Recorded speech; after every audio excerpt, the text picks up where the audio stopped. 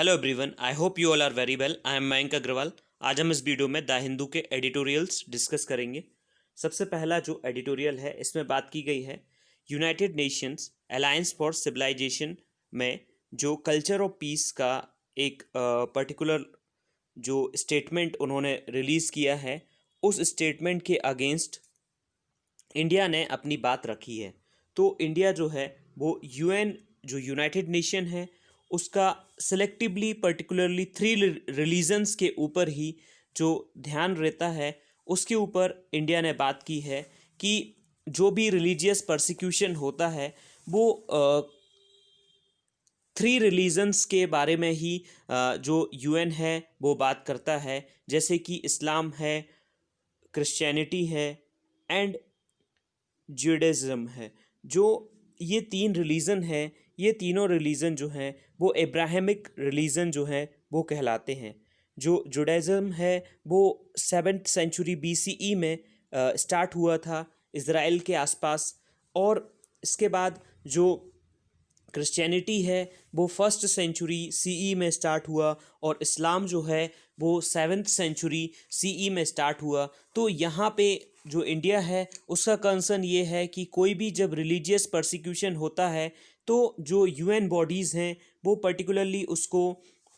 Describe करती हैं Islamophobia, क्रिश्चियनोफोबिया या एंटी सेमिटिज़म। इसके अलावा भी बहुत सारे ऐसे रिलीजन्स हैं जैसे कि हिंदुइज़्म हो गया, बुद्धिज़्म हो गया,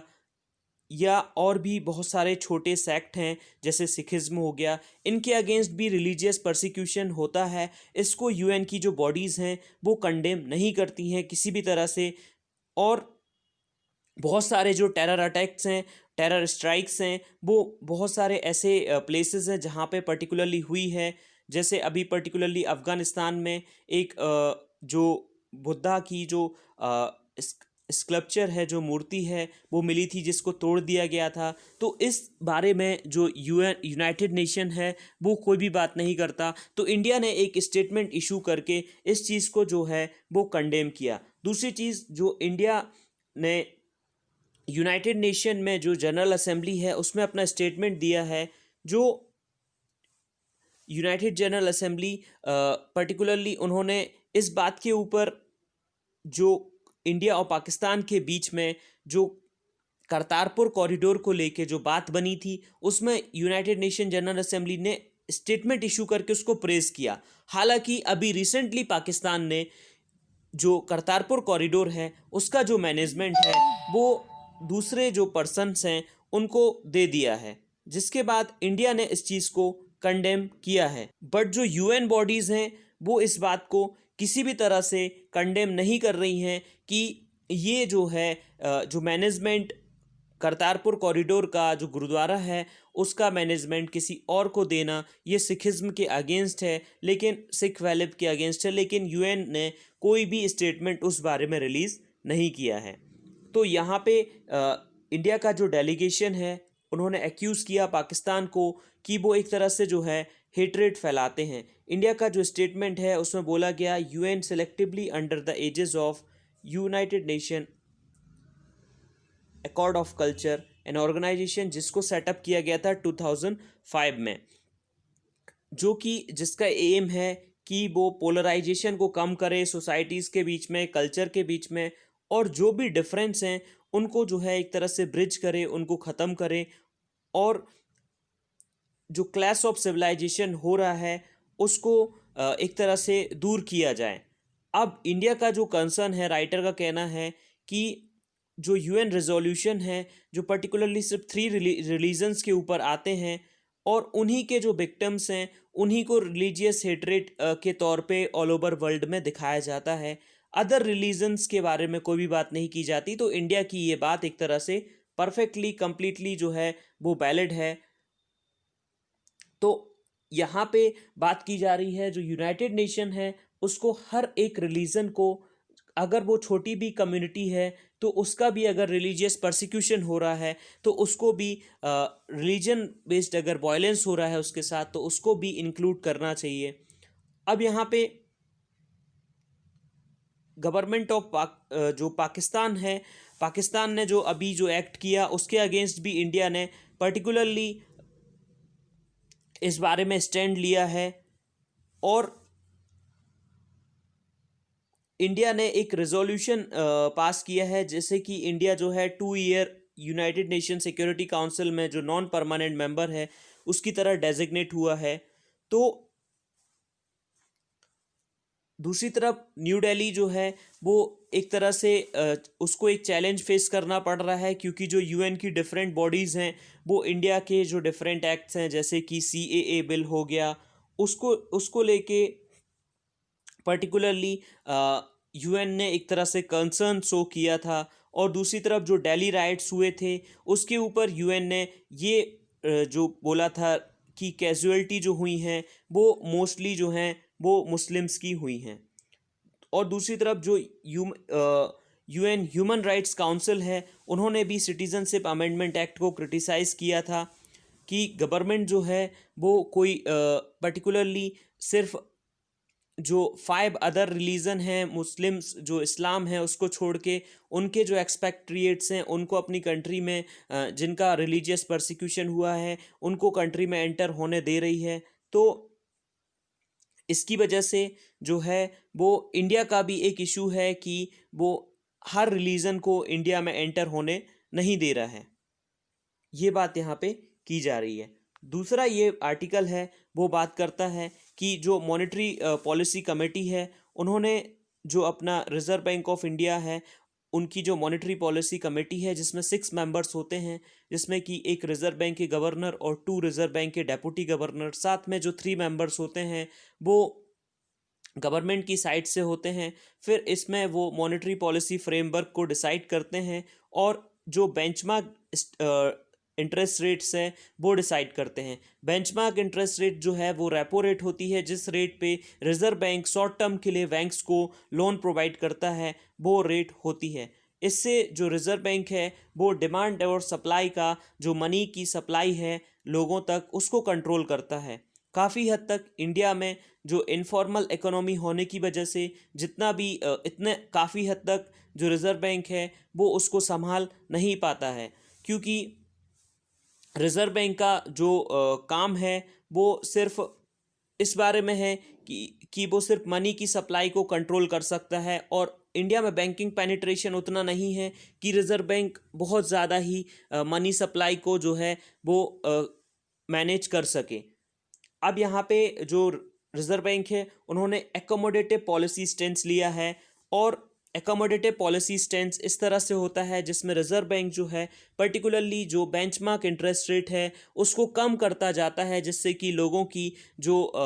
क्रेडिट कैपेसिटी है, लोन लेने की कैपेसिटी है वो इंक्रीज़ हो और एक तरह से जो ग्रोथ है वो आगे बढ़े और लोगों को जो है वो जॉब मिले। दूसरी तरफ ये बात की जा रही है कि एनपीसी जो है, जो मॉनेटरी पॉलिसी कमेटी है, उसने ये डिसीज़न लिया है कि इन्फ्लेशन हो सकता है आने वाले टाइम में जो है वो एलिवेटेड रहे और 6.3% से लेके 6% का जो अपर बैंड है, जो मॉनेटरी पॉलिसी कमेटी है उन्होंने बैंकिंग रेगुलेशन एक्ट 1937 में जो है 2016 में उसमें चेंज करके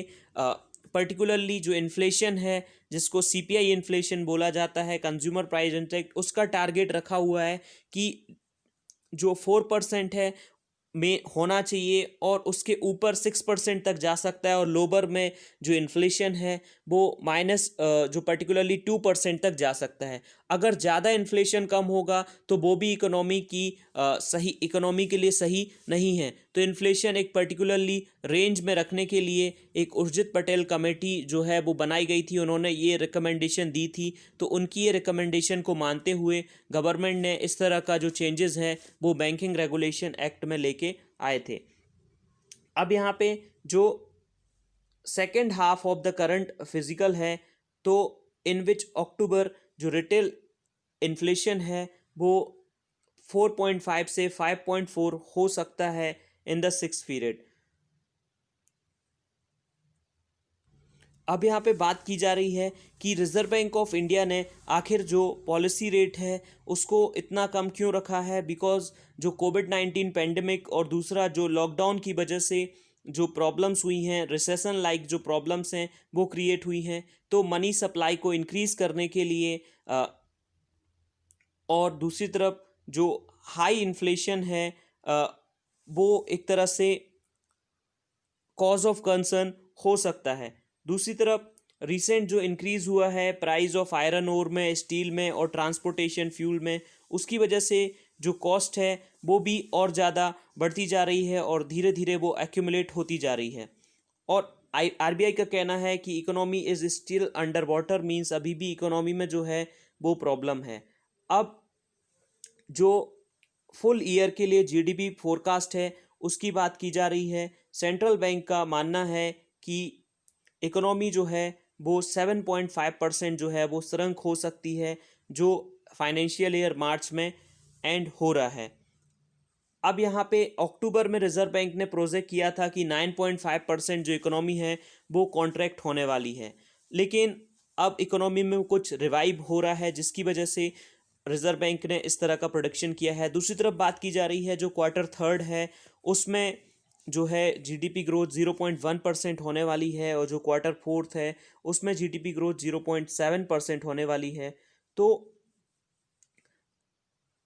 आरबीआई का मेन कंसर्न ये है कि ग्रोथ भी होना चाहिए, साथ में जो प्राइस है उसमें भी स्टेबिलिटी होनी चाहिए, ये बात यहाँ पे की जा रही है। अब यहाँ पे ऐसे कुछ केसेस हैं जिन पे आरबीआई का जो बस है वो नहीं चल सकता, जैसे कि जो फूड प्राइसेस हैं, जैसे कि सीरियल्स हैं, मोटे अनाज हैं कुछ, या वेजिटेबल है, उसकी जो कॉस्ट है वो अगर विंटर में कम रहती है तो जिसकी वजह से इन्फ्लेशन को कंट्रोल किया जा सकता है। और कुछ ऐसे आइटम्स हैं जिनकी कॉस्ट जो है वो एलिवेटेड रहने वाली है, तो जिसकी वजह से जो है वो एक तरह का रिस्क है।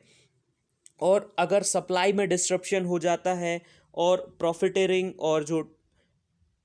टैक्स है तो उससे और ज़्यादा इन्फ्लेशन आगे जो है वो बढ़ने वाला है, ये बात इस आर्टिकल में की जा रही है। अब ये जो नेक्स्ट आर्टिकल है वो बात कर रहा है जो गवर्नमेंट ने अभी रिसेंटली जो थ्री जो 4 लेबर कोड बिल्स जो कंप्लीट किए हैं, डिफरेंट डिफरेंट जो इंडिया में रेगुलेशंस थे लेबर से रिलेटेड उनको कंपाइल करके कंबाइन करके लेबर कोड बिल्स लेके आए हैं। तो उसके ऊपर यहाँ पे राइटर का ये क्लेम है कि पर्टिकुलरली यहाँ पे जो लेबर कोड बिल हैं उसमें बात की जा रही है कि मिनिमम वेज ऑफ वर्कर्स और दूसरा जो सोशल सिक्योरिटी एंटाइटलमेंट, तो इस पूरे आर्टिकल में बात की गई है कि ये एक तरह से पॉजिटिव स्टेप है, और राइटर ने उसके कुछ नेगेटिव पॉइंट्स भी बताए हैं। लेकिन राइटर का यहाँ पे कहना है अगर ये सारे जो हैं वर्कर्स की सोशल सिक्योरिटी और दूसरा जो बात की जा रही है मिनिमम वेज की, वो अगर पॉजिटिव स्टेप्स हैं तो जो भारतीय मजदूर संघ है वो आखिर इन कोड्स को अपोज क्यों कर रहा है, इसके ऊपर यहाँ पे बात करते हैं। तो जो कोड हैं सोशल सिक्योरिटी उसमें बात की गई है कि जो भी एम्प्लॉयज़ स्टेट इंश्योरेंस है या प्रोविडेंट फंड है उनका जो फ़ायदा है वो सिर्फ ऐसे वर्कर्स को दिया जाएगा जो ऐसे इस्टेब्लिशमेंट में काम करेंगे जहाँ पे 10 या 10 से ज़्यादा वर्कर हैं। तो इस कंडीशन की वजह से ऑल ओवर इंडिया में जहाँ पे भी वर्कर्स काम करते हैं तो 80% वर्कर्स जो हैं इस कंडीशन के अंडर नहीं आते, क्योंकि कहीं पे एक वर्कर काम करता है किसी कंपनी में या शॉप में, या न्यूज़पेपर वाला है या चाय बनाने वाला है, वो सिर्फ 1 या 2 वर्कर होते हैं तो उसको कोई भी सोशल सिक्योरिटी नहीं मिलने वाली, बिकॉज 80% ऑफ इंडियंस वर्कर्स जो हैं वो इनफॉर्मल सेक्टर में वर्क करते हैं। तो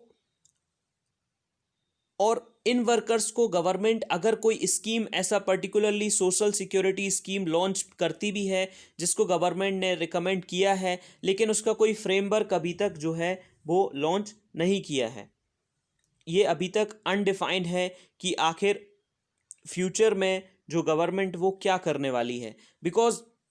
बहुत सारे ऐसे डोमेस्टिक वर्कर्स हैं जो एक वर्कर बहुत सारे घरों में काम करता है तो उसकी कोई सोशल सिक्योरिटी नहीं रहती। अगर वो बीमार हो जाता है तो उसको जो है दवाई का खर्च भी जो है वो नहीं मिल सकता, और दूसरी तरफ उसका जो मेन उसकी जो सैलरी है उसमें भी कटिंग होती रहेगी। अब यहाँ पे बात की जा रही है कि ईएसआई जो कवरेज 20% लोगों को मिल रहा है एम्प्लॉय स्टेट इंश्योरेंस कंपनी की तरफ से, उसमें 20% में ESI 2016 तक 2.1 करोड़ वर्कर्स को कवर करता था, जो कि 2019 में बढ़ के 3.6 करोड़ वर्कर्स तक पहुंच गया। अब जो ESI है वो मेडिकल फैसिलिटीज़ भी प्रोवाइड करता है, तो उस केस में सिर्फ ESI के पास 1 लाख बेनिफिशरीज पे 1 लाख बेनिफिशरीज पे 6 डॉक्टर्स हैं, और WHO की गाइडलाइन कहती है कि 1000 पे एक होना चाहिए, मींस 1 लाख पे 100 डॉक्टर्स होना चाहिए। तो दूसरी तरफ मेंबरशिप और बढ़ने की वजह से ये लेवल कम हो गया। यहाँ पे बात की जा रही है कि ईज ऑफ डूइंग बिजनेस में गवर्नमेंट ने अपनी रैंकिंग बनाने के लिए जो एम्प्लॉयर और एम्प्लॉय का जो कंट्रीब्यूशन ESI को जाता है वो 6.5% से 4% कर दिया। तो ESI के पास अब कम मनी है कि वो डॉक्टर्स को और ज़्यादा एम्प्लॉयमेंट देने के लिए आगे आए, जिससे कि डॉक्टर्स और बेनिफिशरीज का रेशियो जो है वो इंक्रीज हो। तो ESI का एक्सपेंडिचर भी अब कम होने वाला है। तो जो न्यू कोड्स है वो 20% अगर सारे वर्कर्स को कवर करती है, तो ये जो है वो 10 करोड़ वर्कर्स इसके अंडर आ जाएंगे। तो 3 टाइम्स इंक्रीज हो जाएगा 2019 के लेवल से। तो डॉक्टर्स और जो बेनिफिशरीज हैं उनका रेशियो जो है वो और कम हो जाएगा। और दूसरी तरफ जो ESI जो है वो कुछ ऐसी स्टेट्स जैसे कि इंडस्ट्रियलाइज स्टेट्स हैं, कर्नाटका, तमिलनाडु, ESI वहाँ की 20% पॉपुलेशन को एज अ बेनिफिशरीज इंक्लूड करती है, क्योंकि वो इंडस्ट्रियलाइज नेशन है, इंडस्ट्रियलाइज स्टेट्स हैं, आई एम सॉरी। तो इंडस्ट्रियलाइज स्टेट्स में वो पर्टिकुलरली वहाँ पे बहुत सारे जो लोग हैं वो फैक्ट्रीज़ में काम करते हैं और ऐसे इस्टेब्लिशमेंट में काम करते हैं जहाँ पे 10 से ज़्यादा लोग हैं, तो उनको बेनिफिट मिल सकता है। दूसरी तरफ बिहार की बात की जाए, वहाँ पे सिर्फ 0.7% ही है, और इसको अगर बढ़ाना चाहे भी बिहार तो वहाँ पे ऐसी पॉसिबिलिटी नहीं है। अभी नॉर्मली जो सोशल सिक्योरिटी में बात की गई थी, इलेक्शन में बात की गई थी कि जॉब्स प्रोवाइड की जाएगी, लेकिन जॉब में कोई रेगुलेशन की बात गवर्नमेंट ने नहीं की है, क्योंकि गवर्नमेंट हर एक पर्सन को जो है गवर्नमेंट जॉब तो नहीं दे सकती, बट गवर्नमेंट जो फॉर्मल सेक्टर में तो कम से कम उनको लेके आ सकती है, जिससे लोगों को जो वर्कर्स हैं उनको सोशल सिक्योरिटी मिल सके, ग्रेच्युटी बेनिफिट मिल सके, PF मिल सके, अगर जो लीव वो ले रहे हैं तो उस केस में भी उनको सहूलियत हो। ये काम गवर्नमेंट कर सकती है। अब दूसरी तरफ बात की जा रही है जो बीडी वेलफेयर बोर्ड है या बीडी वर्कर्स हैं, उनको बहुत सारी जो स्कीम्स हैं उनका फ़ायदा मिलता है, क्योंकि वो एक तरह से अनऑर्गेनाइज सेक्टर में काम करते हैं। तो बीडी वर्कर्स से जब बात की गई तो उन्होंने बताया कि जो उनके चिल्ड्रन हैं, उनके चाइल्ड हैं, उनको जो है एजुकेशन में बेनिफिट मिल रहा है और जो है मेडिकल हेल्थ फैसिलिटीज़ मिल रही हैं। लेकिन अब ये जो लेबर कोड बिल है उसके आने के बाद उनके जो फैसिलिटीज़ हैं, उनके लिए जो हॉस्पिटल गवर्नमेंट रन करती है वो आगे जाके जो है वो बंद हो जाने वाली है। दूसरी तरफ जो बात की जा रही है मिनिमम वेज की, अब यहाँ पे मिनिमम वेज की जो बात है लेबर मिनिस्ट्री ने वो बात की है कि 30% ऑफ ऑल वर्कर जो हैं वो बहुत सारे जो मिनिमम वेज शेड्यूल हैं उनके अंडर कवर हैं। अब गवर्नमेंट ने डिसाइड किया है कि लेबर मिनिस्टर ने अनाउंस किया था कि फ्लोर वेज जो सबसे कम वेज है, जिसको BPL वेज भी बोला जाता है, वो 178 रुपीज़ होना चाहिए। और दूसरी तरफ जो फाइनेंस मिनिस्टर हैं उन्होंने अनाउंस किया था कि 202 रुपीज़ होना चाहिए। अब दूसरी तरफ जो लेबर मिनिस्ट्री की जो एक्सपर्ट कमेटी ऑन वेज है उसने ये बोला था कि ये 375 रुपीज़ होना चाहिए। और दूसरी तरफ जो poverty line family expenditure estimated है, जो कि गवर्नमेंट ने अपॉइंट की थी कमेटी, रंगराजन कमेटी, उन्होंने बोला था उससे भी इस तरह से ये कम है। तो अगर ये फ्लोर रेट है उसको इन्फ्लेशन से भी एडजस्ट कर दिया जाए तो इसको बिलो पॉवर्टी लाइन या BPL वेज कहना चाहिए। तो यहाँ पे गवर्नमेंट की ये कुछ जो कमियां हैं वो एक तरह से इस आर्टिकल में बात की गई है, जिसको गवर्नमेंट को जो है वो ठीक करना चाहिए। आपको इस आर्टिकल से ऐसे बहुत सारे फॉर्डर पॉइंट्स मिल जाएंगे जिनको आप अपने आंसर राइटिंग में यूज़ कर सकते हैं। Thank you very much.